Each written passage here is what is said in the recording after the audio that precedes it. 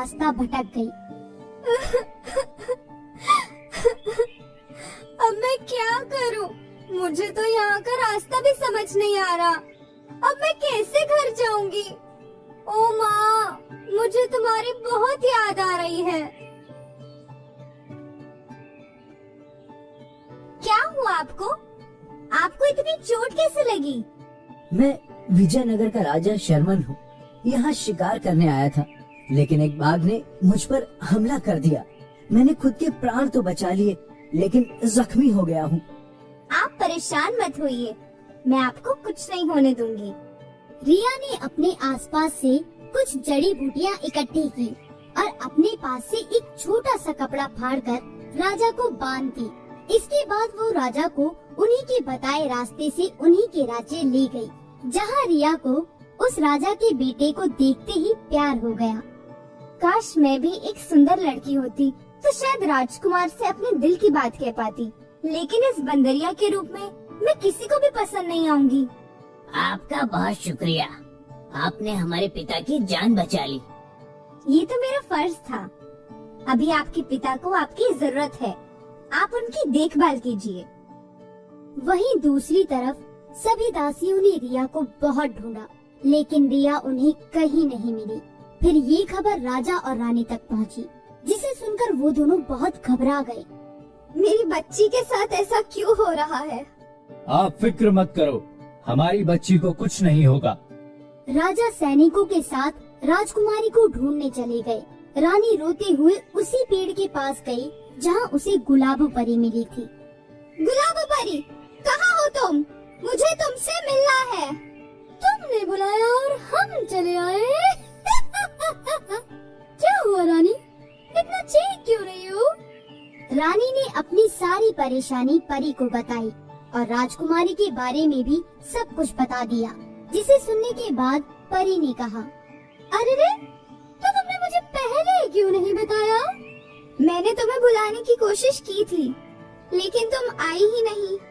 अच्छा, शायद मैं कहीं व्यस्त होंगी।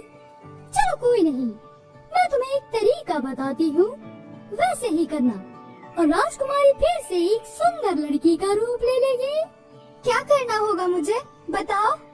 विजयनगर के राजा शर्मन के बेटे के मुकुट में एक जादुई नग है।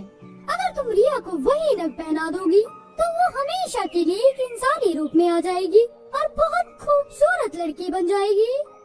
ये कहकर परी वहाँ से चली गई और रानी ने ये सारी बात राजा को बताई।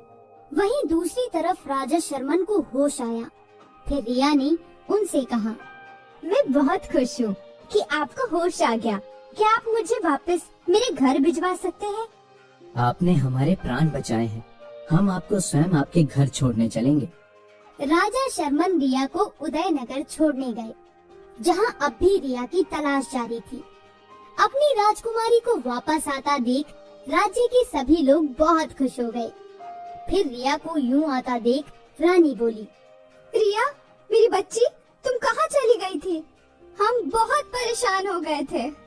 माँ, मैं रास्ता भटक गई थी, तभी मुझे जंगल में ये मिले और मुझे यहाँ ले आए। आपका बहुत शुक्रिया कि आपने हमारी बच्ची को हम तक पहुँचा दिया। शुक्रिया तो आपकी बेटी का है, जिसने हमारे प्राण बचाए। क्या हम आपका परिचय जान सकते हैं? हम विजयनगर के राजा शर्मन हैं। राजा और रानी ये सुनते ही बहुत अचंभित हो गए। उन्होंने राजा शर्मन को अपनी सारी परेशानी बताई, जिसे सुनकर राजा शर्मन ने कहा, अगर हमारे कारण रिया एक आम जिंदगी जी पाएगी तो हमें बहुत खुशी होगी। हम अपने पुत्र शरद को आज यहाँ बुला लेते हैं। इसके बाद जल्दी ही राजकुमार शरद उदयपुर आ गए और उन्होंने रिया को अपने मुकुट का नग पहना दिया, जिसके बाद राजकुमारी एक बेहद खूबसूरत लड़की में तब्दील हो गई, जिसे देखकर राजकुमार शरद को भी उनसे प्यार हो गया और उन्होंने कहा, राजकुमारी रिया, क्या आप मुझसे शादी करोगी? इसे मैं अपनी खुशकिस्मती समझूंगी राजकुमार। और फिर राजकुमारी रिया की शादी राजकुमार शरद से हो गई और वो हमेशा खुशी खुशी रहने लगे।